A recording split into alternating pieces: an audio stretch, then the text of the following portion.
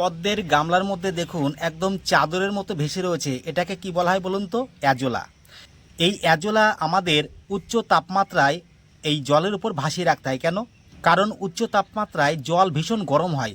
সেই উচ্চ তাপমাত্রা গরমের হাত থেকে জলকে ঠান্ডা রাখবার জন্য অ্যাজোলা দিয়ে দিতে হয়। আর অ্যাজোলা এত দ্রুত এরা বংশবিস্তার করে, যার ফলে এরা কিন্তু চাদরের মতো পুরো জলটিকে ঢেকে রাখে। এর ফলে কী হয়? জল ঠান্ডা থাকে, এতে গাছ ভালো থাকে।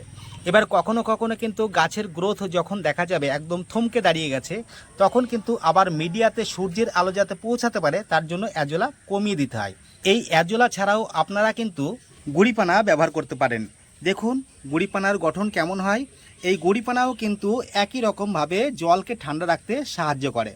এবার একই বিষয়, কখনো কখনো কিন্তু প্রয়োজন হতে পারে মিডিয়াতে সূর্যের আলো পৌঁছানোর জন্য এর মাত্রাকে কমিয়ে দেওয়া।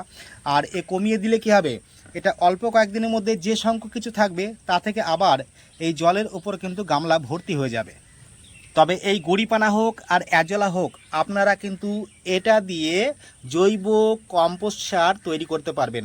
এই গুঁড়িপানা বা অ্যাজোলা আপনারা গামলা থেকে যখন তুলে দিচ্ছেন, তখন সেটাকে কোনো একটা পাত্রের মধ্যে সঞ্চয় করে তার উপরে জাস্ট কিছুটা পরিমাণ মাটি দিয়ে ইউরিয়া সারের একটু জল দিয়ে দেবেন। দেখবেন ওই মাটির সঙ্গে এটা পচে যাবে এবং কম্পোস্ট সারে রূপান্তরিত হবে। এবার গার্ডেনে যখন অন্য কোনো গাছ বসানোর জন্য মাটি তৈরি করবেন, তখন সেই কম্পোস্ট সারের সঙ্গে মাটি তৈরি করে আপনারা গাছ বসিয়ে দেবেন, দেখবেন গাছের গ্রোথ হবে অসাধারণ। এই রকম ভিডিও প্রতিনিয়ত পেতে চ্যানেলটিকে সাবস্ক্রাইব করে সঙ্গে থাকুন। পরের কোনো ভিডিওতে আবার দেখা হচ্ছে, সঙ্গে থাকবেন। নমস্কার।